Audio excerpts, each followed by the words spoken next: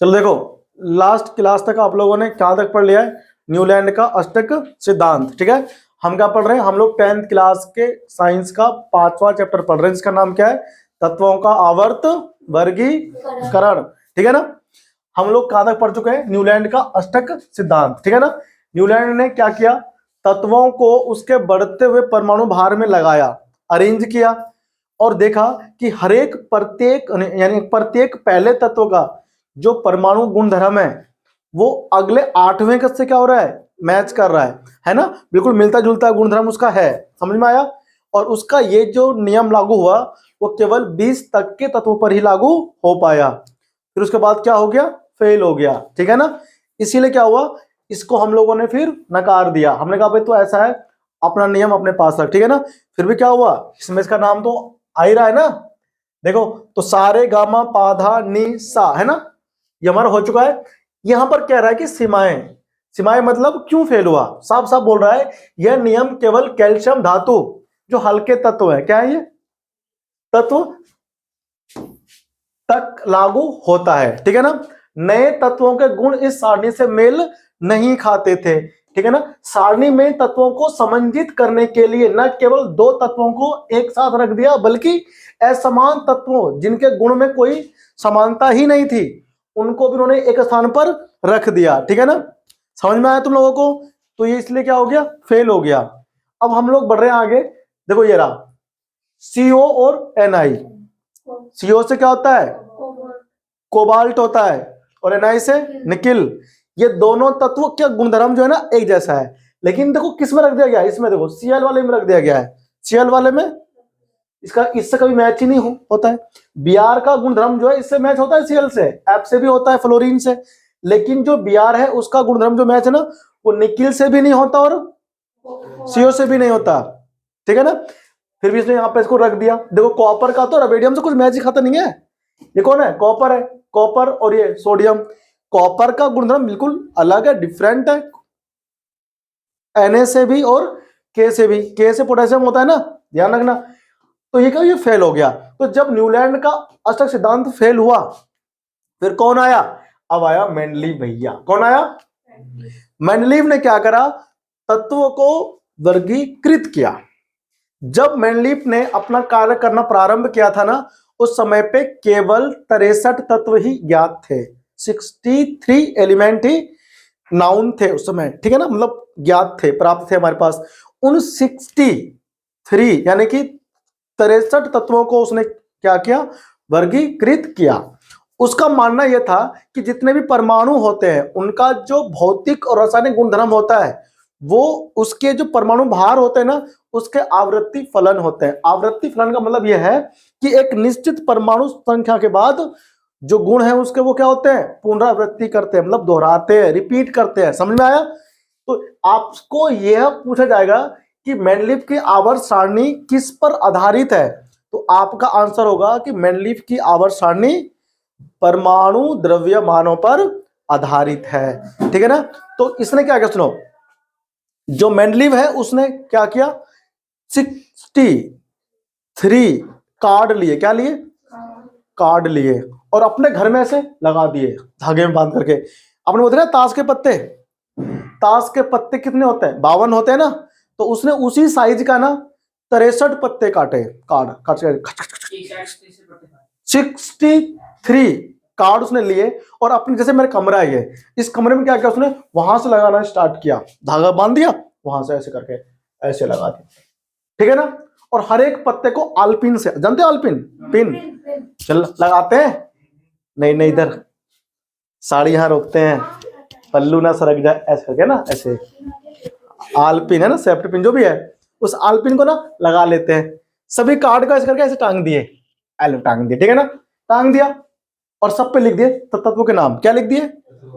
सबके नाम लिख दिए। Hydrogen, helium, lithium, beryllium, boron, carbon, nitrogen, oxygen, fluorine, neon, sodium, sodium, फिर कौन आता है? Magnesium, aluminium, silicon, phosphorus, sulphur, chlorine, है ना, organ, potassium, calcium, scandium, titanium, vanadium, है ना। इन सबको लगा दिए। 30 तक तुमको याद होने चाहिए एलिमेंट, सबको उन्होंने लगा दिए। अब उन सबके गुणधर्म को देख रहा है, गुणधर्म को देख रहा है कि इसका गुण ऐसा होना चाहिए, इसका ऐसा होना चाहिए। जो तत्व पहले खोजे गए थे उनको रखा उसने पहले, जो बाद में खोजे गए उनको रखा बाद में, ठीक है ना। तो यहां पर यही कहना चाह रहा है कि अज्ञात, सुनो ये रहा, मेंडलीव की आवर्त सारणी कहां से स्टार्ट होता है? तत्वों के भौतिक तथा रासायनिक गुण इनके परमाणु द्रव्यमानों के आवर्त फलन है। आवर्त फलन का मतलब क्या होता है कि एक निश्चित परमाणु संख्या, परमाणु भार के बाद उन तत्वों की जो गुणधर्म है ना, दो गुणधर्म कौन कौन से? भौतिक और रासायनिक, ये पुनरावृत्ति करते हैं, मतलब दोहराते हैं। अभी आपको दिखाऊंगा कैसे, ठीक है ना। ये क्या बोलता है? मेंडलीव की आवर्त सारणी तत्वों के रासायनिक गुण धर्मों पर आधारित है। क्या कह रहा है? मेंडलीव की आवर्त सारणी तत्वों के रासायनिक गुण धर्मों पर क्या है? ये आधारित है, ठीक है ना। और भार पर भी आप कह सकते हो। देखो इसमें 8 ऊर्ध्वाधर स्तंभ है। कितने? 8 ऊर्ध्वाधर स्तंभ होते हैं मेंडलीव की आवर्त सारणी में, ठीक है ना। और क्या होते हैं? और वो जो ऊर्ध्वाधर स्तंभ है उन्हें हम समूह कहेंगे। क्या बोलेंगे? समूह। और 6 क्षैतिज पंक्तियां होती है जिन्हें हम लोग क्या बोलते हैं? आवर्त बोलेंगे, ठीक है ना। 8 ऊर्ध्वाधर मतलब होता है ऐसे ऐसे, ठीक है ना, 8, और ऐसे पट है ना, 6 क्षैतिज बोलते हैं उसको, ठीक है ना। तो ये हमारे पास क्या होता है? 6। तो जो क्षैतिज है उनको क्या बोलते हैं? आवर्त, है ना। और जो वर्टिकल है यानी कि ऊर्ध्वाधर है उसे हम लोग स्तंभ कहते हैं, है ना। तो 8 समूह और 6 आवर्त, ध्यान रखा सबको। अब आ जाओ आगे। अब कह रहा है कि मेंडलीव की आवर्त सारणी की उपलब्धियां क्या रही, मतलब मेंडलीव में ऐसे कौन से कारनामे कर दिए जिससे उसको नाम मिला, फेमस हुआ, केमिस्ट्री में नाम आया, ठीक है ना। लोगों ने उसको स्वीकारा, एक्सेप्ट किया वैज्ञानिकों ने उसके जो आवर्त है, ठीक है ना, उनको उसके जो क्या बोलते हैं, क्लासिफिकेशन है, क्लासिफिकेशन को क्या कर उन्होंने? एक्सेप्ट कर लिया। क्या कर लिया उन्होंने? देखो क्या बोल रहा है? अज्ञात तत्व, मतलब भाई सुनो, उस समय क्या है ना, उस समय जो तत्व थे ज्ञात उनको तो उसने स्थान दिया ही दिया, उसने उसको स्थान, जो उस समय ज्ञात तत्व ज्ञात नहीं थे, जो उस समय तत्व ज्ञात नहीं थे उनके लिए खाली जगह छोड़ दिया। क्या छोड़ दिया? और ये कहा कि बाद मतलब भविष्य में, जैसे कि अब बाद में, उसके टाइम की बात है ये, वो कह रहा है मान लो मैं मेंडलीव हूं और तत्वों को लगा रहा हूं, किसमें? ऑर्डर में लगा रहा हूं कि भाई ये पहले ये बाद में। तो मान लो कि बोरॉन है, कौन है? उस समय ज्ञात थे, लेकिन बोरॉन के टाइम पे कौन ज्ञात नहीं था? स्कैंडियम ज्ञात नहीं था। स्कैंडियम ज्ञात, उस बंदे ने नीचे जगह छोड़ दिया खाली, कहा कि जो गुणधर्म बोरॉन का है, जो इसके जैसा गुणधर्म वाला बाद में भविष्य में तत्व मिल सकते हैं, तत्व, उसके लिए उसने स्थान छोड़ दिया और बोला कि यहां पर वो बैठेगा। और वो जो स्थान छोड़ा ना खाली, उसका उसने नाम भी रख दिया, एका बोरॉन। क्या नाम रख दिया? एका नाम है लैटिन शब्द एका। एका क्या नाम है? एका का मतलब होता है के नीचे। क्या होता है? के नीचे। तो एका बोरॉन नाम से स्थान खाली छोड़ दिया, ठीक है ना। तो ये वही कहना चाह रहा है कि अज्ञात तत्वों के लिए रिक्त स्थान छोड़े गए, जैसे स्कैंडियम, गैलियम, जर्मेनियम, ये तत्व उस समय नहीं थे, उस समय। तो इस तत्व के लिए उसने वहां पर स्थान पहले से ही छोड़ दिया। तो जो उसने स्थान छोड़ा उसके स्थान पर इनको रख दिया, फिट बैठ गया, बिल्कुल फिट बैठ गया। इसका गुणधर्म जो हो गया ना, जो उसने खाली जगह लीव क्या था ना, छोड़ा था, उसमें ये फिट बैठ गए। फिट बैठ गए मतलब जो इसके ऊपर थे तत्व उससे गुण इसके मैच हो गए, जो इसके नीचे थे तत्व उससे भी मैच हो गए, ठीक है ना, सबसे मैच हो गए, तो अब यहाँ पर फिट बैठ गया। ऐसे गैलियम होता है, जर्मेनियम। अब क्या बोल रहा है? समान गुणधर्म वाले तत्वों को एक साथ स्थान मिल गया। क्या मिल गया? उनको सबको स्थान मिल गया। मतलब भाई सोडियम है, पोटेशियम है, इनके गुणधर्म समान होते हैं। सोडियम में 1 इलेक्ट्रॉन त्यागता है और के भी 1 इलेक्ट्रॉन त्यागता है, पोटेशियम। तो दोनों गुण कैसे हो गए? समान हो गए। जो तत्व होते हैं उनके जो गुणधर्म होते हैं ना, वो उनके संयोजकता पर आधारित होते हैं। क्या होते हैं? ठीक है ना, ये आपको ध्यान रखना। देखो पिछली व्यवस्था को छेड़े बिना ही अक्रिय गैसों का पता लगने पर इन्हें अलग समूह में रखा गया जा सकता था। देखो भाई, आपको मैंने कहा था याद करना, हीना, नीना और करीना, याद आया? ये वो तत्व होते हैं जो ना देते हैं इलेक्ट्रॉन और ना ही लेते हैं, इन्हें बोलते हैं अक्रिय गैस। क्या बोलते हैं इनको? इन सबके गुणधर्म एक जैसे हैं। कैसे हैं? एक जैसे। तो जब इसने अपनी आवर्त सारणी पहली बार बनाया था ना मेंडलीव ने, उस समय पर ये तत्व नहीं थे, अक्रिय गैसें नहीं थी, ठीक है ना। कौन कौन है अक्रिय गैसें? कौन कौन सी है? हीना, नीना और करीना, यानी कि helium, neon, organ, krypton, xenon और रेडॉन, ये सारे कौन है? अक्रिय गैसें हैं। ये ना देते हैं इलेक्ट्रॉन और ना ही लेते हैं। इन सबके गुणधर्म एक जैसे है। तो जब इसके समय पे 63 तत्व थे तब ये नहीं थे अक्रिय गैस। तो उन्होंने 8 ऊर्ध्वाधर स्तंभ बनाए थे और 6 क्षैतिज पंक्तियां, 8 समूह और 6 आवर्त बना दिए। अब ये तत्व खोजे गए बाद में, ये अक्रिय गैस मिल गया। तो लोगों को लगा कि ये जो गैस मिली है ना, अब इनको उसमें कैसे रखेंगे भाई? जो आवर्त और समूह बना के दिए हैं उसने, उसमें स्थान तो इतना है नहीं, कहां रखेंगे? तो इसने कहा मेंडलीव ने कि भाई देखो ऐसा है, जो तत्व आप खोजे गए हैं उनको अलग से जगह देने की आवश्यकता नहीं है। तो उन्होंने क्या करा, मेंडलीव ने जो आवर्त सारणी बनाई थी ना, उसमें 0 समूह के नाम से, कहां से बताओ? देखो मेंडलीव ने अपनी आवर्त सारणी में ऐसे किया, देखो ऐसे 1 2 3 4 5 6 7 8 हो गया। देखो एक यहां, 2 यहां, 3 यहां, 4 5 6 7 ये कितने हो गए? 8 हो गए। तो उसने ऐसे ऊर्ध्वाधर क्या बनाए? स्तंभ बनाए, ठीक है ना। और उसने ऐसे क्या करा, उसने 6 क्षैतिज पंक्तियां खींची। कितनी खींची? मैं कम खींच रहा हूं, ठीक है ना, 6 खींचे। तो उसने क्या कहा, इसे कहा आवर्त। ये तो हो गया तुम्हारा 1 2 3 4 5 8 समूह हो गए। क्या हो गए? ये समूह हो गए। तो समूह को उन्होंने ऐसे लिया और आवर्त को उसने ऐसे लगाए, आवर्त, ठीक है ना। देखो अब इसको क्या हो, ये पहला आवर्त हो गया, ये दूसरा आवर्त हो गया, तीसरा आवर्त है कि नहीं है, ऐसे ये चौथा आवर्त है कि नहीं। ये सारे क्या लग गए? आवर्त लग गए। क्या लग गए? तो ये हो गए आवर्त और ये लग गए समूह लग गए, ठीक है ना। तो समूह और आवर्त 2 इसमें हो गए। तो जब अक्रिय गैसें खोजी गई तो उसको स्थान मिल नहीं पा रहा था। इसने क्या कहा, भाई देखा, ऐसा टेंशन लेने की जरूरत नहीं है, नवरत्न लगाओ, टेंशन फ्री हो जाओ, मजे लो, ठीक है ना। आया बड़ा टेंशन देने वाला, भाई मेंडलीव है, वो मजा लेके पढ़ाता जिसमें पढ़ा रहा हूं, है ना। उसने क्या करा, 0 समूह जोड़ दिया। क्या जोड़ दिया? एक से पहले क्या आता है? गलत। एक से पहले आता है 1 - 1। क्या आता है? यानी कि 0 ही। देखा, ठीक नहीं? ठीक है, 0 कौन आ गया? 0। और इसमें भर दिया, क्या क्या भर दिया? हीना, नीना और नीचे आएगा करीना। का बोर्ड नीचे घुस जाए, जगह नहीं है ना। हम आपको 3 दिखा रहे बस। बोलो क्या दिखा रहे हैं? आए बड़े लक्ष्मी माता बन के यहाँ बैठने, ऐसे बैठ के सामने पढ़ रहे हैं जैसे पता नहीं यहाँ पर कुछ हो रहा है। हम तो नाच गाना कर रहे थे उधर, ये सब बैठे हुए हैं। हाँ भाई देखो, ये ऑर्गन, ये क्या हो गया बताओ? ये ऑर्गन है, नियॉन है, ये कौन है? हीलियम। और कुछ आता है इसमें? बताओ पहले कितने समूह थे? 8। 0 आगे कितने बन गए?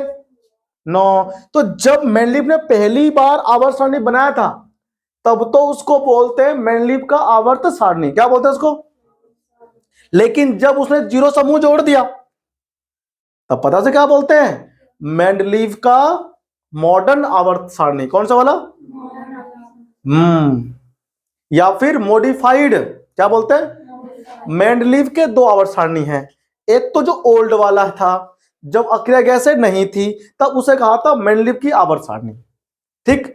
जब ये खोज हो गई अक्रिय गैसें तब उसे बोलते हैं मेंडलीव्स मॉडिफाइड पीरियोडिक टेबल, यानी कि मेंडलीव का पुनः व्यवस्थित आवर्त सारणी, या फिर आप कह सकते हो संशोधित आवर्त सारणी। आपके बुकों में जो आवर्त सारणी है ना, उन सबको हम लोग उसमें देखो ये वाला होगा जरूर, 0 वाला बुक में, एनसीईआरटी में, ठीक है, देखना उसमें 0 वाला होगा।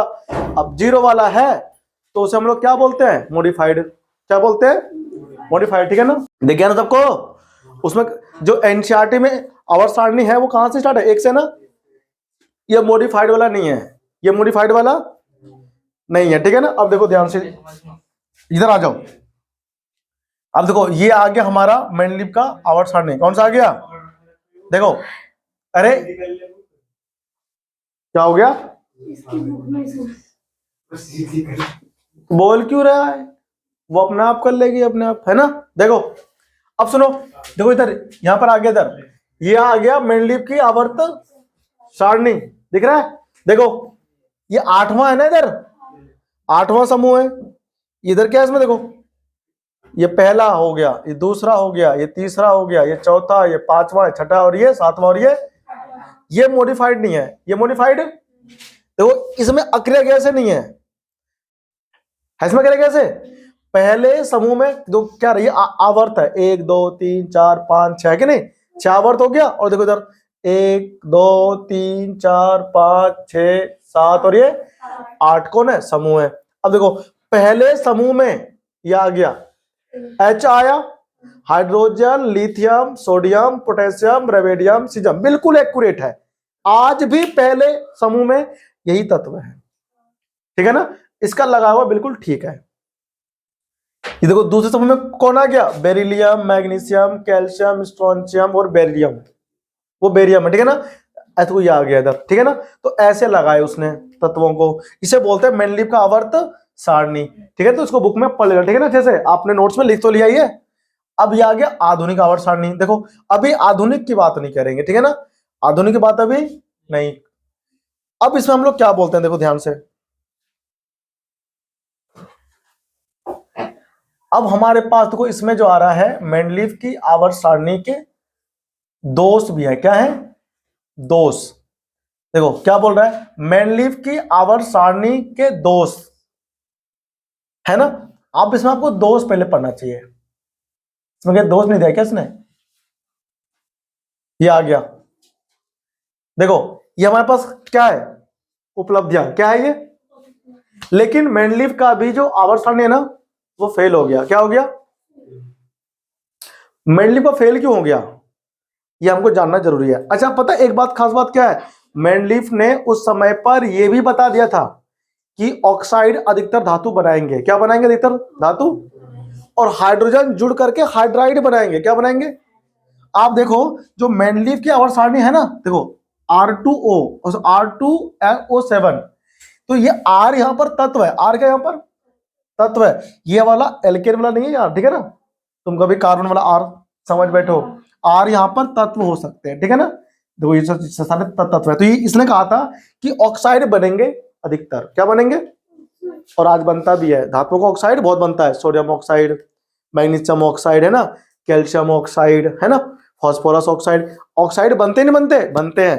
तो इसने बिना रिएक्शन किए ही उसी समय पे जब खोज कर रहा था, इसने बता दिया था दुनिया को कि भैया देखो ऑक्साइड बनेगा, पहले समूह के तत्व होंगे वो R2O बनाएगा, क्या बनाएगा, और ये सच बात है, H2O होता है ना, क्या होता है, पहले कौन आ गया H, तो H2 यहां रखो, H रखो, R के स्थान पर H रखो, क्या बनेगा H2O, क्या बनेगा, होता है ना।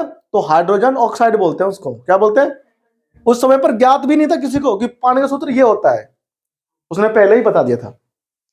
इस समूह में लिथियम आ गया, तो लिथियम ऑक्साइड बनता है Li2O, ऐसे बनता है सोडियम ऑक्साइड Na2O, के होता है पोटेशियम ऑक्साइड K2O, बनता है ना, तो ऐसे बनते हैं। तो इससे देखो पहले से ही क्या करता, जो समूह में तत्व है उनके ऑक्साइडों का सामान्य सूत्र, कौन सा सूत्र, ऐसा R2O लिख करके पहले ही बता दिया था। ये भी क्या है इसकी उपलब्धि, क्या है इसकी भी उपलब्धि है, इसने ऑक्साइड पहले से ही प्रिडिक्ट कर दिया था। इस बंदे ने ऐसे ही हाइड्राइड भी पहले से ही मान लिया था, इसने दुनिया को बता दिया था अपने समूह के अंदर जो तत्व है ना वो हाइड्राइड बनाएंगे, क्या बनाएंगे, जब H जुड़ता है किसी तत्व के साथ में तब क्या बनता है, तब बनता है हाइड्राइड, क्या बनता है चमेली, हाइड्राइड बनता है। Very good. देखो अब यहां पर क्या है, H हो ना, H तो खुद ही हाइड्रोजन है, सोडियम जो होता है वो हाइड्रोजन के साथ में जुड़ता है और NaH बनाता है, क्या बनाता है,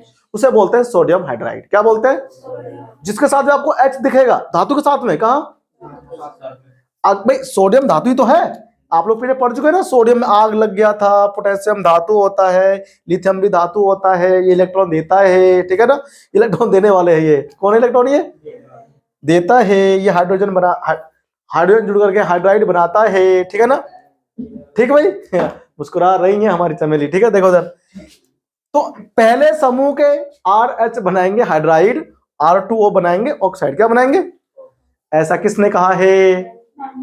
मेंडलीव ने कहा है। उसने पहले से प्रिडिक्शन कर दिया है। समझ में आया तुमको?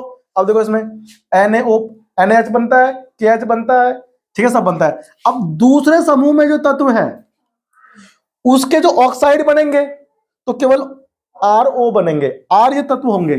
मैग्नीशियम ऑक्साइड होता है ना, MgO, नहीं होता है?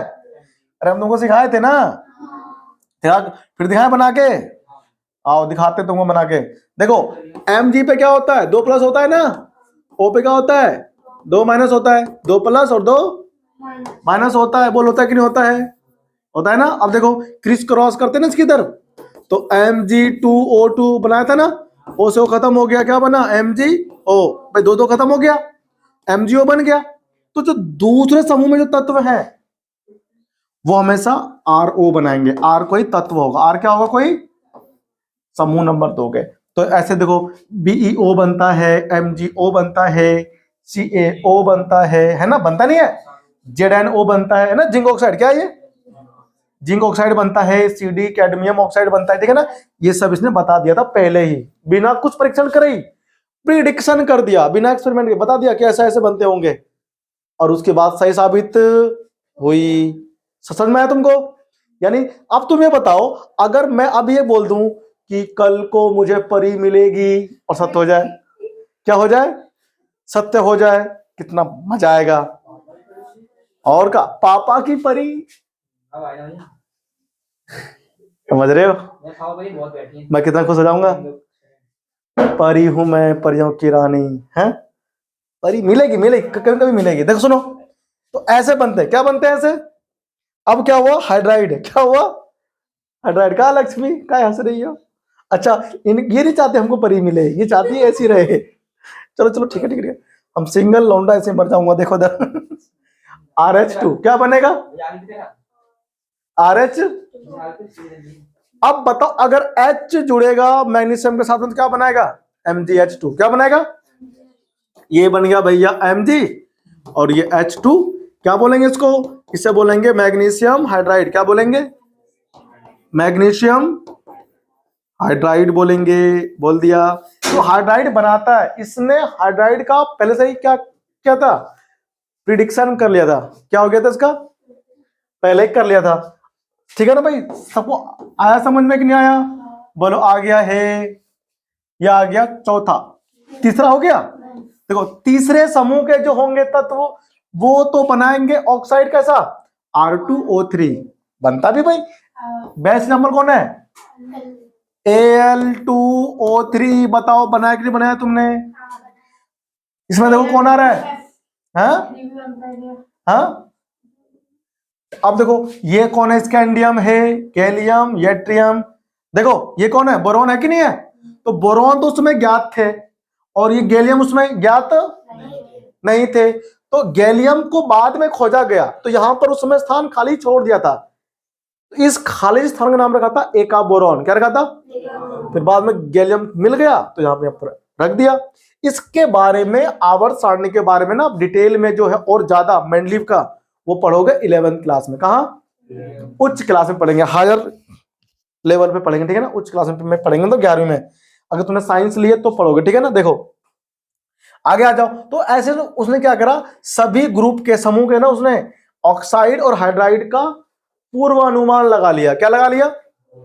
ये भी उसकी बड़ी उपलब्धि है। क्या है? तो इसमें जहां पर ये लिखा है ना उपलब्धियां, मेंडलीव के आवर्त सारणी की उपलब्धियां लिखा है ना, उसमें लिख देना एक पॉइंट जोड़ करके। क्या क्या लिख देना उसके अंदर जोड़ के? एक पॉइंट।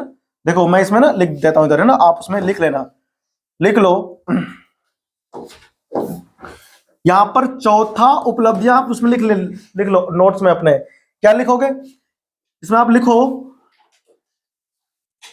धातुओं के, है ना, नहीं तत्वों को लिखो। तत्वों के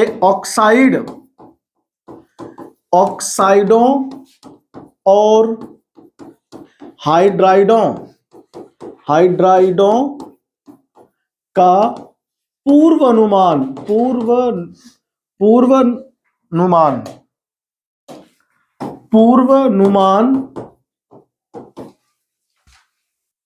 पहले ही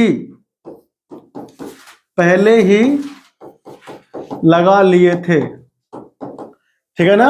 उस बंदे ने इतना ज्यादा दिमाग था कि उसने अपनी शक्ति का प्रयोग करके पता लगा लिया था कि ऐसे ऐसे मिलेंगे, हाइड्राइड मिलेंगे, ऑक्साइड मिलेंगे, और लोगों को इसने आश्चर्यचकित कर दिया। जब सचमुच के ऑक्साइड बने ना, जब खोज हुई, देखे गए बाद में, तो लोगों ने कहा हाय ला, तो सच बोला था इसने। ठीक है ना। ऐसे करके मुंह से हाँ निकल गया। और का समझे कि नहीं समझे? समझे। हाँ, पानी चाहिए, प्यास लगा तुमको अभी से ही, पानी पीना है, जाओ जाके ले आओ पानी, जाओ भैया। अरे पिलाओ ना, मर जाएगी।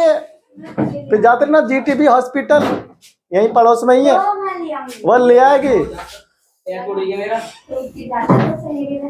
हाँ पानी पियो, जाओ। अब पानी पिएगी पहले, फिर जिंदा होगी, फिर पड़ेगी। लग गए बड़े प्यास सर्दी के मौसम में। देखो देखो, तो ये आपका, ये उसकी उपलब्धियां सबको याद है। पेपर में अगर आ गया कि मेंडलीव की आवर्त सारणी की उपलब्धियां क्या क्या, तो लिख दोगे। पेपर में आएगा मेंडलीव के आवर्त नियम क्या होता है, लिख दोगे। मेंडलीव का आवर्त नियम क्या है, इसकी जो पहला ना, जो ये जो है हमारे पास में, देखो मेंडलीव का जो पहला इसमें ये है इसका नियम। क्या नियम है? तत्वों के भौतिक तथा रासायनिक गुण, इनके परमाणु द्रव्यमानों के आवर्त, इसी लाइन को बोलते हैं मेंडलीव का आवर्त नियम। क्या बोलते हैं? पेपर में आता है, लिख देना वहां पर, ठीक है ना, इंपॉर्टेंट है ये। अब आ जाओ, उपलब्धि आपने पढ़ लिया। अब देखो किसने गलतियां करी है, क्यों फेल हुआ। कहते हैं ना, no anyone is perfect in this universe. इस ब्रह्मांड में कोई भी परफेक्ट नहीं है। क्या नहीं है? ऐसा कोई नहीं है जिसमें सारे गुण हो, जिसमें कुछ कमी ना हो। सब में कुछ ना कुछ, हम में सबसे बड़ा कमी देखो, वर्गीकृत करने का, है ना, ये कमी कर दी हमारे अंदर। नाम कितना बढ़िया पढ़ा देते हैं कि नहीं, और अच्छा पढ़ा देते हैं तुमको, बिना अटके पढ़ा देते हैं। अब हम कि ऐसे करते हैं। अब देखो फंसेंगे, देखना।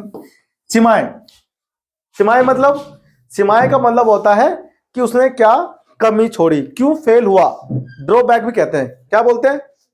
ड्रॉबैक मतलब कमियां। ठीक है ना।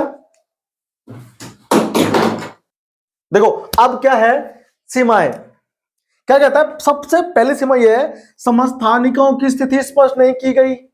पेपर में आता है, ये ध्यान रखना, फिर तुम बोलना मत कि हमको पढ़ाया नहीं। समस्थानिकों की स्थिति, समस्थानिक क्या होते हैं? समस्थानिक वे होते हैं जिनका परमाणु द्रव्यमान अलग अलग होता है, संख्या एक जैसी होती है। क्या होती है?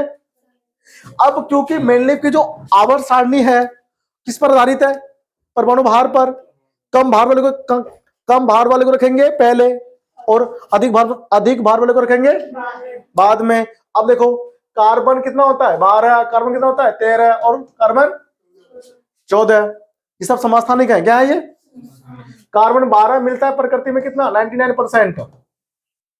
कार्बन 13 मिलता है कितना? 0.5%। और कार्बन 14 कितना मिलता है? 0.5%। समझे तुम लोग? अब बताओ इनके भार कैसे हैं? संख्या सबकी समान होती है। ये 12 नंबर, ये 6 नंबर पे, ये भी 6 पे, ये भी 6 पर। अब तुम ये बेटे सब 6 नंबर पे है। कार्बन के तीनों परमाणु 6 नंबर पे है, लेकिन भार क्या है सबका? अलग अलग। समस्थानिक है ना। समस्थानिक वे तत्व होते हैं जिनका परमाणु द्रव्यमान अलग अलग होता है, भिन्न भिन्न होता है, लेकिन परमाणु संख्या उसकी समान होती है, उसे हम समस्थानिक कहते हैं। तो आवर्त सारणी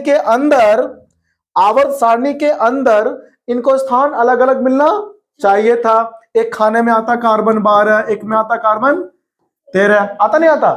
तो एक अकेला कार्बन 3 खाने घेर लेते, नहीं घेरते? लेकिन ऐसा मेंडलीव ने नहीं किया, अपने नियमों का उल्लंघन कर दिया। अब सुनो, देखो ऐसा ही क्लोरीन, कौन? 2 क्लोरीन होते हैं। एक होता है क्लोरीन Cl35, एक होता है क्लोरीन Cl37। दोनों के दोनों क्या नंबर पे हैं? 17 नंबर पे। देखो ये होता है 35, 17 पे होता है। 3.57 भी तो होता है। ये होता है 37, अरे कहाँ लिख दिया हमने, देखो ये होता है 37 और ये 17 और 37, 17 नंबर पे है, 37 उसका भार है, 17 नंबर पे है, इसका भार कितना है 35। तो बेटा इन दोनों को औसत निकालते हैं। क्या निकालते हैं? इसका परमाणु भार, इसका भार का औसत निकालेंगे तो 35.5 आएगा। कितना आएगा? 35.5। यानी कि Cl के दो समस्थानिक होते हैं, 35 और 37, ठीक है ना। बताओ इनको अलग अलग स्थान मिलना चाहिए था ना भाई, कम भार वाला पहले आएगा, अधिक भार वाला, लेकिन इसने एक में ही रख दिया क्लोरीन को ही केवल, ठीक है ना। तो यहां पर पहली गलती करी इसने। कौन सी गलती करी? पहली गलती करी उसने, समस्थानिक को स्थान नहीं मिला, एक उनको स्थान दिया ही नहीं उन्होंने। हाइड्रोजन का स्थान निश्चित, हाइड्रोजन बिल्कुल नल्ला है, जैसे गुलशन गुलशन इधर की भी होता है उधर का भी होता है, इधर की बात उधर भी करता है, बिल्कुल नल्ला, कभी लेता है कभी देता है, कभी लेता है कभी, इसको लेना बहुत पसंद है और देना भी पसंद है। ले भैया ओम फो, देते रहो लेते रहो। हाइड्रोजन को स्थान अब तक नहीं दिया जा सका है। आप वही तो बता रहे हैं, नल्ला है ना वो, लेना भी पसंद करता है देना भी पसंद करता है। तत्व ऐसे जो या तो ले लो भैया या दे दो, एक काम कर लो, ये दोनों काम करता है। कहता नहीं मैं तो लूंगा भी दूंगा भी। तो ये दोनों व्यवहार दिखाता है। विभीषण है, विभीषण क्या है ये? उधर की बात उधर करता है, उधर की बात मतलब लंका में आग लगवाएगा, ठीक है ना। इसकी वजह से पूरी केमिस्ट्री साला डिस्टर्ब है। हाँ, आवर्त सारणी में तुम देखो खोल करके आधुनिक वाला, हाइड्रोजन बीच में है, बिल्कुल कहां पर है? बीच में। हाँ, ना इधर ना उधर, देखो सबसे पहले नंबर पे अलग अलग रखा है उसको। अरे देखो तो खोल के तुमको देखो, देखो अभी हम तुमको दिखाते हैं आवर्त सारणी, रुको रुको दिखाते हैं। देखो ये है हाइड्रोजन, कौन है ये? देखो नीला है ना, कैसा है? और ये देखो नीला इधर है, तो इसको यहाँ ना होना चाहिए। तो इसको पहले देखो, हाइड्रोजन जो है पहले समूह के जैसा भी गुणधर्म दिखाता है और 17वें समूह के जैसा भी गुणधर्म दिखाता है। कहां रखे भैया, एक तो दिखाओ कम से कम, इसीलिए इसको स्थान नहीं मिला। इसके अंदर एक ही तो इलेक्ट्रॉन है, एक ही प्रोटॉन है, इसको कहां रखे जाए समझ नहीं आ रहा हमको, ठीक है ना। तो इसलिए क्या हुआ, हाइड्रोजन को स्थान नहीं मिला। देखो ये आ गया, दिख रहा है। तो क्या हुआ, पहली सीमा क्या थी, समस्थानिक को स्थान नहीं मिला, और सेकंड क्या है इसकी सीमा, दूसरी है इसको H को स्थान नहीं मिला, H को स्थान। तीसरी आ जाओ, कुछ तत्वों के द्रव्यमानों के अनुसार अनुचित क्रम लगा दिया उसने। कुछ तत्वों का परमाणु द्रव्यमानों के अनुसार अनुचित क्या लगाया, क्रम। इसका मतलब ये हुआ कि देखो भाई, मेंडलीव के अनुसार अधिक भार वाले को कहां रखेंगे, बाद में रखेंगे, और कम भार वाले को पहले रखेंगे। इसने क्या करा, अगर ये ऐसा करता तो उस समय जो तत्व ज्ञात थे उनमें से कुछ तत्व कम भार वाले को पहले रख रहा था, तो गुणधर्म उसके मैच नहीं हो रहे थे जहां वो रख रहा था। अगर कम भार वाले को बाद में रख रहा था, अधिक वाले को पहले, तो उनके गुण मैच हो जा रहे थे उस समूह से, उस आवर्त से। तो उसने क्या करा, गुणधर्म को मैच कराने के लिए उस समूह से, उस आवर्त से कम भार वाले को बाद में रख दिया, अधिक वाले को पहले रख दिया। तो उसने क्या कहा, उसने खुद ही कहा था कि जो परमाणु का रासायनिक और भौतिक गुणधर्म होता है वो क्या होता है, परमाणु द्रव्यमानों के आवृत्ति फलन होते हैं।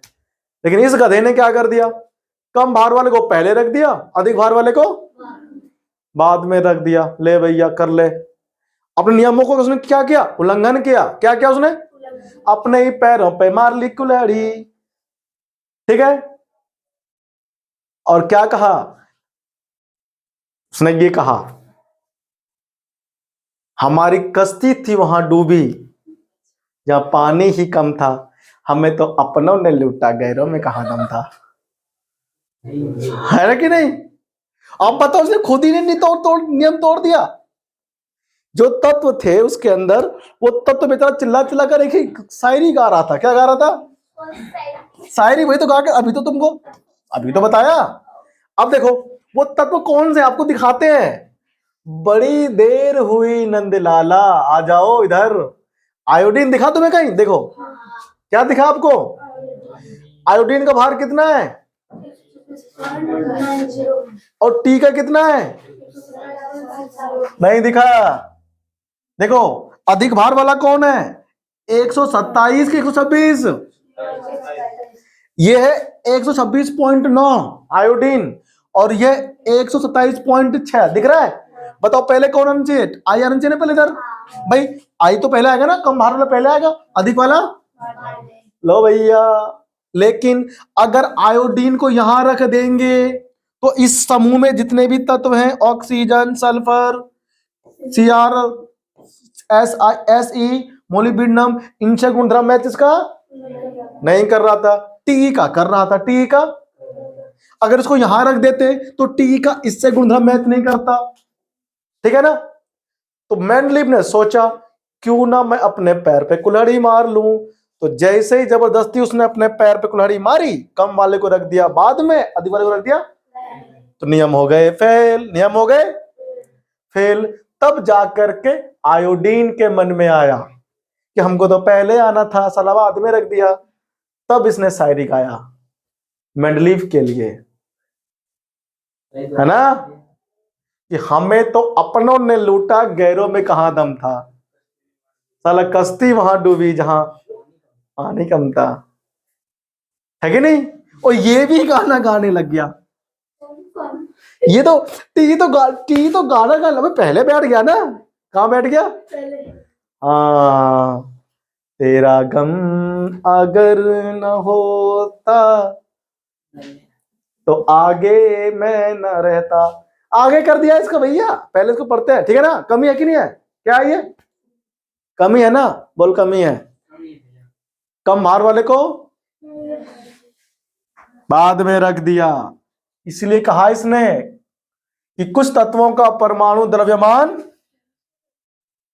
द्रव्यमानों के अनुसार अनुचित क्रम, अनुचित मतलब होता है सही उसमें नहीं लगाया क्रम में, समझे ना? उसमें ऐसे 2-3 तत्व और है, 2-3 तत्व, वो आप घर जाके ना आराम से देखना, आराम से, कि ऐसा कौन ढूंढना है इसमें ढूंढना। ठीक है ना? देखो मैंने तो आपको दिखा दिया ना, ये देखो आपको दिखा, देखो हमको नहीं दिख गया। देखो सिलीनियम और निकिल दिख गया सबको? नहीं दिखा। ये रहा सिलीनियम और ये रहा निकिल। बताओ 58.93 बड़ा है कि 58.71 बड़ा है? 58.71 बड़ा है। तो बड़ा क्या बता रहे हो? हम कह रहे कौन बड़ा है, तुम कह रहे हो 71 बड़ा है। बताओ इसको यहां पर आना था, इसको यहां पर आना चाहिए था। आगे पीछे है कि नहीं है? बहुत बढ़िया, बहुत बढ़िया, बहुत बढ़िया, बहुत बढ़िया। ठीक है ना? खत्म हो गया। चलो आगे बढ़े। तो गलती कर दी इसने, नहीं कर दी? बोलो कर दी। अब आया आधुनिक आवर्त। अब भाई सुनो, मेंडलीव की आवर्त सारणी तो सबको पता है 10वीं के बच्चों को, कि दिया किसने? मेंडलीव ने। लेकिन आधुनिक आवर्त सारणी सबको पता नहीं है। इस आवर्त सारणी को दिया किसने? हेनरी मोजले ने। किसने दिया? हेनरी मोजले और बोर ने मिलकर के दिया है। नील्स बोर कौन? ये आप वहां पढ़े थे 9th क्लास में परमाणु के मॉडल में। नील्स बोर का परमाणु मॉडल 11वीं कक्षा में फिर से आएगा। ठीक है, वहां पढ़ना। तो आधुनिक आवर्त सारणी दिया किसने? हेनरी मोजले, हेनरी मोजले और नील्स बोर ने। किसने दिया? Niels Bohr. इन दोनों ने मिलकर क्या दिया है? आधुनिक आवर्त सारणी। पेन गिर गया, उठाओ। समझ आया सबको? तो नील्स बोर ने क्या दिया भाई? बालक पार्टी। और हेनरी मोजले ने आधुनिक आवर्त। बेटा ये सबको पता नहीं होता, ये सबको पता नहीं होता। इसने क्या कहा? देखो इन दोनों ने ये कहा कि तत्व के परमाणु द्रव्यमान की तुलना में उसका परमाणु संख्या अधिक आधारभूत गुणधर्म है। मेंडलीव ने क्या कहा था? मेंडलीव ने कहा था कि परमाणु द्रव्यमानों को उसके बढ़ते हुए क्रम में लगाओ, तब क्या होगा, परमाणु का रासायनिक गुणधर्म भौतिक गुणधर्म जो होगा आवृत्ति फलन होगा, मतलब कि एक निश्चित परमाणु भार के बाद उसके गुणधर्म दोहराए जाएंगे। ठीक है ना। इसने कहा आकर के हेनरी मोजले ने कि भैया मेंडलीव जो तुम्हारी खामियां हैं वो इसलिए है क्योंकि जो परमाणु का रासायनिक और भौतिक गुणधर्म है, परमाणु का रासायनिक और भौतिक गुणधर्म है वो क्या है, परमाणु संख्या के आवृत्ति फलन है। किसके, यानी कि आप परमाणु द्रव्यमान की अपेक्षा परमाणु संख्या से अधिक सुविधाजनक होकर के उसके रासायनिक और भौतिक गुणधर्म को अध्ययन कर पाओगे। यानी कि एक लाइन में अगर हम कहें तो परमाणु का भौतिक और रासायनिक गुणधर्म जो होता है वो उसके परमाणु संख्या के आवृत्ति फलन होता है। आवृत्ति मतलब कि अगर आप बढ़ते हुए परमाणु संख्या के ऑर्डर में लगाओगे, पहले 1 फिर 2 फिर 3 फिर 4, तो एक निश्चित परमाणु संख्या के बाद क्या होगा, समान गुणधर्म वाले तत्व फिर से आएंगे। देखो यही तो आधुनिक आवर्त नियम के अनुसार आपको ये याद हो जाना चाहिए, रटना बिल्कुल नहीं है। समझ में आ गया। देखो क्या कह रहा है, आधुनिक आवर्त नियम के अनुसार तत्वों के गुणधर्म, गुणधर्म कौन कौन से होते हैं, 2 होते हैं, भौतिक और रासायनिक, उसकी परमाणु संख्या का आवर्त फलन होते हैं। क्या होते हैं, आवर्त फलन होते हैं। अब ये आपके सामने क्या है, आधुनिक आवर्त सारणी। क्या है ये, आधुनिक आवर्त सारणी। देखो ये आया लंबा लंबा। देखो अब देखो इसमें क्या है, देखो H कहां है, देखो H को इसमें जोड़ा हुआ है कहां बेटा, H को अलग रखा हुआ है। अपनी एनसीईआरटी बुक करो ओपन, देखो उसमें जो H है ना पीला सा है ऊपर दिख रहा है, बाकी सारे जुड़ रहे हैं और वो उस ग्रुप में जितने तत्व है ना उसके जैसा गुणधर्म ये दिखाता है। लेकिन वही हरामखोर निकम्मा है ना, इसका गुणधर्म भी दिखाता है 17वें ग्रुप का। देखो 17वें में फिर कल बाहर आई आंटी, कौन आई, हाँ फिर कल बाहर आई आंटी, ये इसके जैसा गुणधर्म वो दिखाता है। अब यहां रखे 17वें में कि पहले में रखें, बता कहां रखे उसको, हम कन्फ्यूजा गए हैं। कहा हो गए वैज्ञानिक लोग, और आज भी कन्फ्यूजाए हुए ही हैं। दिक्कत अब कहा, हाइड्रोजन बिल्कुल इसके जैसा है ना लुल्लू। ठीक है, देखो ये है आधुनिक आवर्त सारणी। इसके बारे में डिटेल से हम लोग सीखेंगे आगे हायर लिख के उस पे लेवल पे। ठीक है ना। अभी आप यहां पर देखो फिलहाल, देखो तो अब जब ये कहा, जब आधुनिक आवर्त सारणी दिया, परमाणु संख्या पर क्या है ये आधारित है। आधुनिक आवर्त सारणी किस पर आधारित है, परमाणु संख्या पर। और मेनली बता किसके ऊपर, परमाणु द्रव्यमानों पर। ये ध्यान, ये सबको ध्यान रहेगा, कोई बोलो को नहीं भूलेंगे। देखो अब मेंडलीव की आवर्त सारणी के दोष आधुनिक आवर्त सारणी से दूर हो गए। क्या हो गए, दोष आधुनिक आवर्त सारणी द्वारा दूर हो गए। क्या हो गए, दूर हो गए। क्या हो गए, देखो कैसे दूर हो गए बताओ। परमाणु संख्या तो सेम होता है ना, किसका, समस्थानिकों का सेम नहीं होते हैं भाई। हमने क्या लिखा था, कार्बन 12 लिखवाया था, कार्बन 13 लिखवाया था, कार्बन 14, और सब 6 नंबर पे ये सब। तो जब इनकी परमाणु संख्या सबके सेम है, एक खाने में आ जाएगा तीनों। क्या इसको अलग अलग खाने पड़ेंगे देने, नहीं। ऐसे ही क्लोरीन 17 35, क्लोरीन 17 37, क्या इनको अलग अलग खाने पड़ेंगे देने, नहीं। एक खाने में आ जाएंगे, मजा आ जाएगा, स्वाहा। ठीक है ना। इसलिए क्या हुआ, आधुनिक आवर्त सारणी सक्सेस हुआ। पहला उसका जो दिक्कत वो दूर हो गया, ना हो गया, दूर हो गया ना पहले समस्या भाई। ये तो था उसकी, समान परमाणु द्रव्य और संख्या वाले तत्व एक स्थान पर समूह में रखा, खत्म हो गया उसकी दिक्कत जो दूर हो गई। अब क्या बोला, कोबाल्ट और निकिल, याद है तुमको, कहा था कि इस को उसने रख दिया था। कोबाल्ट जिसकी परमाणु संख्या 27 है, वह निकिल परमाणु संख्या 28 से पहले आएगा। जो अधिक भार वाला था वो कहां था, पहले था। कम भार वाला बाद में। लेकिन परमाणु संख्या जब परमाणु संख्या के आधार पर रखा गया तो क्या हुआ, अरे ठीक हो गया। क्या हो गया, ठीक है ना। अब देखो क्या बोलता है इधर, परमाणु संख्या सदैव पूर्ण संख्या होती है। क्या होती है वैसा, बटे में नहीं आता, पॉइंट में नहीं आता है कि नहीं। हमेशा क्या होता है 1 2 3 4 5 6, क्या आता है ठीक है ना। इसलिए क्या बोलते हैं, पूर्ण संख्या होती है, अतः हाइड्रोजन व हीलियम के बीच में कोई तत्व नहीं आएगा। हाँ, मतलब पहले कौन आया, हाइड्रोजन आया, फिर कौन आया, हीलियम आया, बीच में कोई क्यों आएगा, पॉइंट एक आएगा भाई, एक और दो आया ना, एक पे कौन है, एक पे हाइड्रोजन और दो पर हीलियम, दो पर कौन आया, इसके बीच में कोई तत्व नया नहीं आएगा। ये भी पता चल गया, समझ में आया सबको। अब आधुनिक आवर्त सारणी लग गया पता क्या होता है आपको।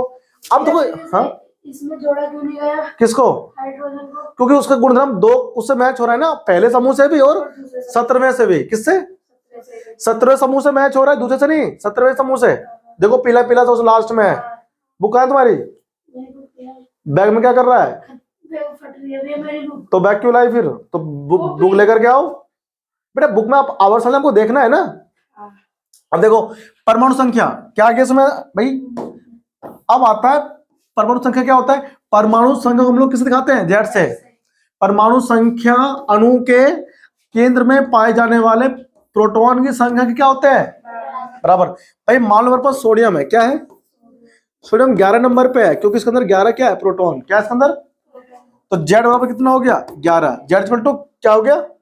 ये आपको हम पढ़ाए थे कहाँ, 9th क्लास में परमाणु की संरचना वाले चैप्टर में पढ़ाए थे, ठीक है ना। आपको नोट्स निकालना और देखना खोल के, वहां पर आपको मिल जाएगा, ठीक है ना। अब क्या बोलता है, आधुनिक आवर्त सारणी में 18 स्तंभ है, क्या है, ऊर्ध्वाधर स्तंभ 18 हैं, मंडली में कितने थे, 8, फिर बाद उसमें एक जोड़ दिया था, तो 9वां भी आ गया था, ठीक है ना। अब इसमें क्या है, आधुनिक आवर्त सारणी में 18 ऊर्ध्वाधर स्तंभ है, उन्हें हम क्या बोलते हैं, समूह। कितने बताओ हमारे आवर्त सारणी में कुल, हाँ, उसमें से भैया 8। आधुनिक आवर्त सारणी में टोटल 18 समूह है, कितने बेटे, और 7 क्षैतिज पंक्तियां हैं, उन्हें क्या बोलते हैं, आवर्त। बताओ उसमें कुल पंक्ति कितनी थी मेनली में, इसमें कितनी है, 7 है, तो 18 समूह और 7 क्षैतिज पंक्तियां यानी कि आवर्त है। किसी भी आवर्त में पाए जाने वाले सभी तत्वों में कोश और संख्या कैसी होती है भाई। मान लो पहला आवर्त है, क्या हमारे पास पहला आवर्त, आओ दिखाते हैं, देखो आपको ध्यान से देखो, ये आ गया पहला आवर्त, लिथियम देख रहा है, पहले आवर्त में कौन आते हैं, lithium, beryllium, boron, carbon, nitrogen, ठीक है ना, ये सारे पहले आवर्त के, ठीक है ना। इसमें आगे कौन आएगा, इन सभी तत्वों में कोश कितने हैं, देखो 2, कितने कोश है बताओ, इसमें 2 कोश दिख रहा है आपको। पहले कोश में कौन है, दूसरे में कितना है, एक, क्या है, ये क्या है, ये 2 1, 2 1 क्या है, ये बेटा इलेक्ट्रॉन नहीं भरते हैं, क्या करते हो, विन्यास करना नहीं आता आपको। अरे तुमको याद आया के एल एम और एन, इसमें 2 इलेक्ट्रॉन आते हैं, इसमें कितने आते हैं, इसमें कितने आते हैं, 18 आते हैं, कितने आते हैं, और इसमें 2 8 18 32 नहीं आते, इसमें कितने आते हैं, 32 आते हैं इसमें। तो इसने वही कर रखा है, विन्यास कर रखा है। अब लिथियम क्या नंबर पे बताओ, लिथियम 2 नंबर पे है, लिथियम हमारा 3 नंबर पे है, तो 2 और 1 विन्यास करना आपको सिखाया था 9th में मैंने, फिर तुम्हें कुछ नहीं आता, यहाँ तो भूल के बैठे हो। देखो ये हमारे पास हो गया लिथियम, फिर कौन आया बताओ, बेरिलियम, कौन आया 4 नंबर पे है, तो 2, 2 है ना, तो सब में 2 ही है, 1 2, ये बेटा के कोश हो गया, कौन हो गया, ये एल, के एल होता है ना, तो सब में 2 ही कोश है, 1 2 1 2 1 2 1 2 1 2 है कि नहीं।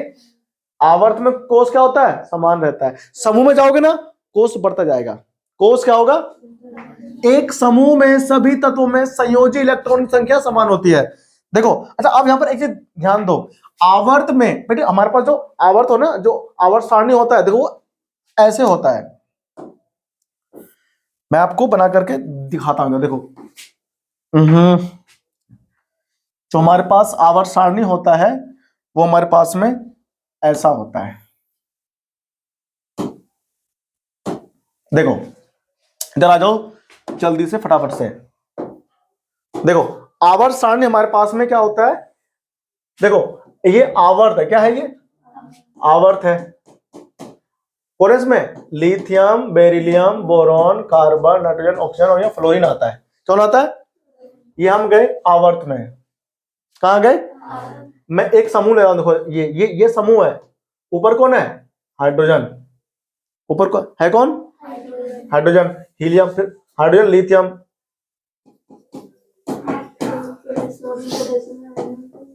ठीक है ना? देखो ये हमारे पास क्या हो गया, ये हमारे पास में हो गया इधर, ये समूह हो गया। ये कौन हो गया? ये आवर्त हो गया। ऐसे कौन होते हैं? आवर्त। ये हमारे पास क्या हो गया? समूह। तो ये पहला समूह है और ये दूसरा आवर्त है। कौन सा है? देखो आवर्त यहां क्या है, ये लेफ्ट है, क्या है ये? वो क्या है? राइट। तो हम लेफ्ट से राइट जाते हैं, लेफ्ट से right, L to R। L to L मतलब होता है लेफ्ट, मतलब कि बायां, वो हो गया। तो आवर्त सारणी में आप दो प्रकार से जाओगे, एक तो जाओगे ऊपर से नीचे की तरफ, ऊपर से ये अप ये डाउन, ठीक है ना? हम ऐसे जाते हैं नीचे की तरफ, कहां जाते हैं? देखो हम लोग ऐसे जाएंगे, देखो हम लोग ऐसे जाएंगे तो बोलेंगे up to down, up to down, ऊपर से नीचे, ऊपर से नीचे। समझ में आया सबको? अप टू डाउन जाएंगे हम लोग। तो हम लोग क्या बोलते हैं, अप टू डाउन जाएंगे तो समूह में जाएंगे। कहां जाएंगे? और जब L टू R जाएंगे, बाएं से दाएं, बाएं से, तब हम आवर्त में जाएंगे। हम तब अब अगर आप ऐसे जाओगे, मतलब जाने का मतलब यह है कि लिथियम में कुल कितने हैं? 2 इलेक्ट्रॉन, सॉरी लिथियम में कुल 3 इलेक्ट्रॉन है। तो बाहरी कक्ष कौन सा है? एक बाहरी कक्ष कौन सा है? K और ये L, K और बताओ क्या ना, लिथियम क्या नंबर पे बताओ? 3 पे। तो 2 एक होता है ना विन्यास का, ये K हो गया, ये L हो गया। इसका मतलब ये है कि K कोष में 2 इलेक्ट्रॉन है और L कोष में 1 इलेक्ट्रॉन है। समझे आप लोग? तो ये क्या हुआ, जब हम लेफ्ट टू राइट जाएंगे तो सब में कोष की संख्या समान रहेगी। कोष की संख्या 2 ही कोष रहेंगे, K और L, K और कैसे? देखो अब ये कौन है? बेरिलियम। ये कौन है? क्या नंबर पे? 4 पे है। तो पहले 2 और फिर 2, भाई 4 तो इसमें, पहले 4 नंबर पे है, इसका मतलब ये इसमें 4 इलेक्ट्रॉन है। कितने इसमें? 4 इलेक्ट्रॉन इसके अंदर। तो 2 पहले कोष में आ गए और 2, तो बताओ कोष तो 2 ही है ना, केवल कौन बढ़ गया? इलेक्ट्रॉन बढ़ गया। कौन बढ़ गया? कहां बढ़ गया? अंतिम कोष में। कहां बढ़ गया? बेटे से बोलेंगे बाहरी कोष, क्या बोलेंगे इसको? बाहरी कोष में 1 इलेक्ट्रॉन बढ़ गया। कब? जब आप गए L से, लिथियम से बेरिलियम की तरफ। कहां पर गए?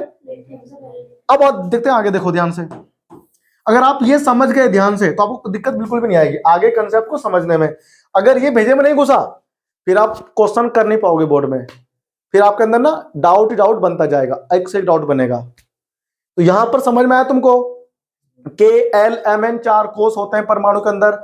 तो जब आवर्त में जाएंगे तो कोष की संख्या समान रहेगी। क्या रहेगी? देखो इसमें कुल कितने कोष हैं? इसमें कितने हैं? इसमें चेक करते हैं। बोरॉन 5 नंबर पे है, बोरॉन तो 2 और 3। इसमें कब तक आएंगे? इसमें 8 ना हो पूरे जब तक, तब तक आते रहेंगे, ठीक है इलेक्ट्रॉन। देखो अब कौन है फिर? कार्बन 6 नंबर पे है, तो 2 4 दिख रहा है। भाई बाहरी कक्ष में 4 तो होते हैं इसके इलेक्ट्रॉन, तब तो आप 4 बंद बना रहे थे कार्बन के। चौथे अध्याय में कार्बन और उसके यौगिक वाले चैप्टर में आप कितने बना रहे थे बंद? 4 इलेक्ट्रॉन होते हैं बाहरी कक्ष में, इसीलिए तो सहसंयोजी बंद बना रहे थे हम लोग। देखो अब कौन है? नाइट्रोजन 7 नंबर पे है ना, तो 2,5। इसलिए हम तुमसे बोल रहे हैं कि आवर्त में जब बाएं से दाएं जाएंगे, बाएं से दाएं, तो कोष की संख्या समान रहेगी, लेकिन उस कोष के अंदर इलेक्ट्रॉन क्या होगा? बढ़ते जाएंगे, एक बढ़ते जाएंगे, एक बढ़ते जाएंगे। समझ में आया सबको? यहां आपको 2 चीजें बिल्कुल दिमाग में घुसा लेना है। घुसा दूं? बोल घुसा दो। ठीक है आओ घुसाते हैं। ठीक है देखो कैसे। आवर्त में जब बाएं से दाएं जाएंगे तो कोषों की संख्या समान रहेगी, लेकिन प्रत्येक परमाणु में एक एक इलेक्ट्रॉन की वृद्धि होएगी। और कौन से कोष में? अंतिम कोष में। किसमें? बाहरी कोष में एक एक इलेक्ट्रॉन की वृद्धि। पहले में कितना देखो, 1 था, फिर 2 हुआ, फिर 3, फिर 4, फिर 5, बढ़ रहा है ना। तो क्या बोलेंगे हम लोग? आवर्त में कोष की संख्या समान रहती। आवर्त कोई सा भी हो, आवर्त, ये दूसरा आवर्त लिया है हमने, दूसरा आवर्त 2 है ना, इसीलिए 2 कोस है, इसीलिए 2 कोस अगर तीसरा आवर्त लूंगा तो 3 3 कोस होगा, सॉरी 3 उसमें कोस की संख्या होगी, के एल और एम भी आ जाएगा, और 4 होगा तो 4 आएंगे 5 आएगा तो 5 6 आएगा तो ऐसे कोस की संख्या बढ़ेगी, ठीक है ना, ध्यान रखना। तो आप जितने उसके अंदर होंगे आवर्त संख्या उसमें उतना ही कोस होगा, ठीक है ना, कोस की संख्या होगी, एन का मान बोलते हैं उसको, ठीक है ना। देखो तो आवर्त में क्या होता है, कोस समान संख्या समान रहती है और इलेक्ट्रॉन की संख्या बढ़ती जाएगी, ठीक है ना। अब बढ़ते हैं समूह में, अब कहां सीखेंगे हम लोग, अब आओ समूह में। देखो समूह में क्या बोलता है कि आप जब ऊपर से नीचे की तरफ जाओगे ना, कहां जाओगे, ऊपर से, जब ऊपर से जाओगे नीचे की ओर तब कोस की संख्या बढ़ेगी, कौन बढ़ेगी, कोस की संख्या इलेक्ट्रॉन सब में बढ़ेगी समान रहेगा, क्या रहेगा, समान इलेक्ट्रॉन सब में एक जैसा, यानी कि हाइड्रोजन के बाहरी कोश में कितना होगा, 1 इलेक्ट्रॉन, लिथियम के कितना होगा, 1 इलेक्ट्रॉन होगा, कितना होगा, हम समूह में ऊपर से कहां जा रहे हैं, नीचे की तरफ, तो समूह में जाएंगे तो इसमें भी 1 रहेगा इलेक्ट्रॉन, इसमें भी 1 रहेगा, इसमें भी 1 रहेगा, इसमें भी 1 रहेगा, इसमें भी 1 रहेगा। पता नहीं आपको कि एन का +1 होता है, क्यों होता है, बाहरी कक्ष में इसका 1 इलेक्ट्रॉन होता है, तो ये अपने 1 इलेक्ट्रॉन को त्याग देता है, इसलिए +1 बनाता है ना। ऐसे ही के होता है प्लस, याद है तुमको, तब क्यों होता है, बाहरी कक्ष में इसके 1 इलेक्ट्रॉन होता है और वो उसको त्याग देता है, तो जब इलेक्ट्रॉन त्यागता है तो क्या आता है इसके ऊपर, धनायन आता है, क्या आता है। अब देखो ध्यान से इधर, यहां पर क्या हुआ कि अगर मैं लिथियम की बात करूं तो लीना का रब से फरियाद, याद है तुमको, हम बोले थे याद करने के लिए, तो लीना, तो लिथियम कितने नंबर पे है, 3 पर, 2 और 1, 2 और ये कितने नंबर पे है, सोडियम बताओ क्या नंबर पे है, 11 पे है, तो 11 को बांटेंगे इलेक्ट्रॉन, पहले कोष में कितने आते हैं, 2 इलेक्ट्रॉन, फिर कितने आते हैं, फिर कितने, 1, कितने कोष है इसमें बताओ, कोष बढ़ गया ना। समूह में जब जाएंगे ऊपर से नीचे, देखो ये ऊपर है ये नीचे है, क्या बढ़ा, कोष की संख्या बढ़ी, क्या कौन बढ़ी, कोस की संख्या और ये क्या इलेक्ट्रॉन के समय, क्या समय बताओ, लिथियम में कितने, 1 इलेक्ट्रॉन, एनएम कितने, 1 इलेक्ट्रॉन। अब तो ये बताओ क्या नंबर पे, ये 19 पे, और इसका विन्यास करते हैं, 2 8 8 1, कितने कोष हो गए बताओ इसमें, 4 कोष हो गए, के एल एम और कितने हो गए, एन, समझ में आया, चौथा कोष है, देखो 1 2 3 4, 4 पे ना, चौथा आवर्त है, कौन सा आवर्त है ये, कोष भी कितने हैं इसमें, 4, समझ में आया। अब हम इस आगे जाएंगे नहीं, तुम्हारे बीजम घुसेगा नहीं, ठीक है ना, हम केवल यहीं तक ही समझेंगे, के तक, कहां तक, एक बात समझ में आ गया कि जब समूह में ऊपर से नीचे जाएंगे कोष की संख्या बढ़ेगी, इलेक्ट्रॉन सब में समान रहेगा, और जो इलेक्ट्रॉन होता है बाहरी कोष में उसे बोलते हैं संयोजकता इलेक्ट्रॉन, क्या बोलते हैं, समझ में आया। यहां एक शब्द आया संयोजकता, क्या आया, कोई भूलेगा तो नहीं, तो सोडियम की संयोजकता कितनी है, और लिथियम कितनी है, के की कितनी है, यानी कि सेम बात, समूह में क्या होता है, संयोजकता समान रहती है, ये वही लिखा हुआ है, देखो क्या लिखा हुआ है, एक समूह के सभी तत्वों में संयोजी इलेक्ट्रॉन की संख्या, वो जो ना 1 इलेक्ट्रॉन है, संयोजी इलेक्ट्रॉन सब में 1 1 ही है। दूसरे समूह में सबसे बाहरी कोष में 2 इलेक्ट्रॉन होते हैं, कितने होते हैं, इसीलिए बोलते हैं कि दूसरे कोष में सभी इलेक्ट्रॉन, सभी तत्वों की जो संयोजकता होता है वो कितना होता है, 2 होता है, कितना होता है, 2 होता है। अब देखो ध्यान से, एक समूह के सभी तत्वों में संयोजी इलेक्ट्रॉन की संख्या समान होती है, क्या होती है, देखो एच में कितना है, 1, ये कितना है, ये कितना है, एनएम कितना है, के में कितना है, समान ना, समान। अब ये पॉइंट पढ़ो, सभी तत्वों में संयोजी इलेक्ट्रॉन की संख्या 1 समान है, 1 है ना सब में। देखो समूह में नीचे जाने पर कोष की संख्या बढ़ती जाती है, बढ़ रही है, अब हमको यहाँ पर मेहनत नहीं करना पड़ेगा, सब कुछ तुमको फटाफट आता जाएगा। देखो किसी विशेष आवर्त में पाए जाने वाले तत्वों की संख्या इस बात पर निर्भर करती है कि किस प्रकार इलेक्ट्रॉन विभिन्न कोषों में भरे जाते हैं। विभिन्न कोषों में भरे जाने वाले इलेक्ट्रॉन की संख्या के आधार पर आवर्त में तत्वों की संख्या बता सकते हैं। किसी ने मुझसे बोला कि ये बताओ इसमें कुल कितने इलेक्ट्रॉन हैं, 3 इलेक्ट्रॉन है, कितने हैं? 3 इलेक्ट्रॉन हो गए, है ना। तो 3, देखो बाहरी कक्ष में कुल कितने हो गए? 1 इलेक्ट्रॉन, और ये 2 हो गए, तो उसमें कुल कितने इलेक्ट्रॉन है? 3 है। इसका मतलब ये 3 नंबर पे है, ठीक है ना। अब देखो ध्यान से, ये कहना चाह रहा है हमसे कि किसी कोष में इलेक्ट्रॉन की अधिकतम संख्या हम लोग कैसे निकालते हैं? सूत्र 2n² से। अब किसी ने मुझसे बोला कि कोई परमाणु है, कोई, हाँ, उसके अंदर चौथे कोष में कितने इलेक्ट्रॉन होंगे? किसमें? चौथे कोष में। कैसे लिखते हैं? चौथा। चलो तीसरे कोष में। किसमें? थर्ड कोष में। इलेक्ट्रॉन की संख्या कितनी होगी? 2n² से निकालेंगे तो 2n का मान कितना रखेंगे? 3। कितना होगा? 2 गुना 9, कितना आया? 18। तो किसी परमाणु के किस कोष में? दूसरे कोष में, तो कितना आएगा? थर्ड कोष में, तो कितना आएगा? आप निकालोगे कहां से? इस वाले फॉर्मूले से निकालेंगे। समझ में आया? अब मुझसे किसी ने बोला बेटा ये आपने लिखा होगा, नोट्स में लिखा होगा आपने, ये सब नोट्स में है ना लिखा हुआ, तो आप वहां से कॉपी करना। देखो ये कह रहा है, ये बोला के कोष में कितना होता है? बेटा अगर के कोष है, क्या है? तो पहला कोष हो गया, तो n का मान कितना हो गया? 1 होगा ना बेटा। n का मान कितना होगा? 1। तो 2 गुना 1 का स्क्वायर कर दिया, 1 का स्क्वायर, तो कुल कितने इसमें हो गए? 2 इलेक्ट्रॉन होंगे प्रथम कोष में। l कितना हो गया? n बराबर 2, तो n 2 हो गया, तो 2 का स्क्वायर करना है, 2 से इंटू करना है, कितना आ जाएगा? 8। दूसरे कोष में आते हैं 8 इलेक्ट्रॉन, तीसरे में कितना आएंगे? 18 इलेक्ट्रॉन। तो कौन निकाला मैंने उधर, है ना। आ जाओ आगे पढ़ते हैं। देखो इसका हम लोग कुछ गुणधर्म, ये कह रहा है आवर्त सारणी में तत्वों की स्थिति उनकी रासायनिक क्रियाशीलता को बताती है। अब भाई जो सोडियम हो गया है, उसके बाहरी कक्ष में कुल कितने हैं? 1 इलेक्ट्रॉन है। तो पहले समूह में है ना, तो जब समूह में ऊपर से जाएंगे नीचे की ओर तो बढ़ेगी क्रियाशीलता। क्या होगी?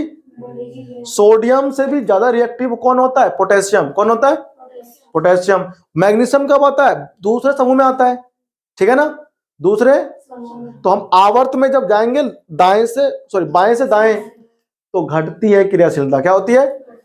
समूह में जब जाएंगे ऊपर से नीचे की ओर तो बढ़ती है। यानी कि आप ये कह सकते हो कि तो क्या बोल रहा है? आवर्त सारणी में तत्वों की स्थिति उनकी रासायनिक क्रियाशीलता को बताती है। संयोजकता इलेक्ट्रॉन द्वारा तत्व द्वारा निर्धारित या निर्मित आबंध का प्रारूप वह संख्या क्या होती है? निर्धारित होती है। तो तुम्हें बताओ, सोडियम है वो 1 इलेक्ट्रॉन तो त्यागता है ना, तो सोडियम कितने बंध बनाता है? 1 बंध बनाता है सोडियम। मैग्नीशियम के बाहरी कक्ष में कुल कितने इलेक्ट्रॉन होते हैं? 2 + 2 होता है ना, वो 2 आबंध बनाता है। याद है आपको जब आपने Mg का बनाया था, यहां Cl दिया तो इसने इसको 1 दिया था इलेक्ट्रॉन, इसने भी इसको 1 इलेक्ट्रॉन, तो 2 बंध बने थे ना, MgCl2 बनता है ना, तो Mg इधर Cl हो गया, इधर भी Cl। तो इसके बाहरी कक्ष में 2 इलेक्ट्रॉन है, इसकी 2 है संयोजकता, तो क्या बनाता है? 2 बॉन्ड बनाता है। अब आ जाओ नाइट्रोजन, बताओ बाहरी कक्ष में कितने होते हैं? 3 इलेक्ट्रॉन होते हैं नाइट्रोजन के। कितने होते हैं? नाइट्रोजन के बाहरी कक्ष में 3 इलेक्ट्रॉन होते हैं, तो 3 बंध बनाता है नाइट्रोजन। आपको याद है आपने N3 N2 को अंदर ऐसे बनाया था, ट्रिपल बॉन्ड नहीं बनाया था? इलेक्ट्रॉन बिंदु संरचना भूल गए? इसका मतलब घर पे नहीं पढ़ते। देखा, इससे पता पड़ता है आप घर पे नहीं पढ़ते, अगर पढ़ा होता ना तो आप आंसर करते। देखो आगे आ जाओ, कार्बन के बताओ बाहरी कक्ष में कुल कितने होते हैं? 4 इलेक्ट्रॉन होते हैं, 4 बंध बनाता है ना कार्बन। ये वही कहना चाह रहा है, संयोजकता इलेक्ट्रॉनों के द्वारा तत्वों द्वारा निर्मित आबंध का प्रारूप तथा संख्या क्या होती है? निर्धारित होती है। आपको पता होना चाहिए। अब आ जाओ आगे। अब हमको बच्चा पढ़ो कुछ बातें पढ़नी है जो कि बहुत ही ज्यादा इंपॉर्टेंट है। वो क्या इंपॉर्टेंट है? हमको इंपॉर्टेंट अब ये पढ़ना है कि आधुनिक आवर्त सारणी की प्रवृत्ति क्या पढ़नी है। इसको हम लोग कल करते हैं, ठीक है ना? ठीक है, ज्यादा हो जाएगा ना फिर एक साथ तो दिक्कत होगी। अब हम लोग कल जो है आधुनिक आवर्त सारणी की प्रवृत्ति पढ़ेंगे अगली क्लास में, ठीक है ना? तब तक के लिए आप लोगों को क्या करना है, जो पीछे पढ़ाया गया है इसको रिवाइज करके आना है, ठीक है ना? तब हम लोग कल पढ़ेंगे। तब तक के लिए नमस्कार, जय हिंद।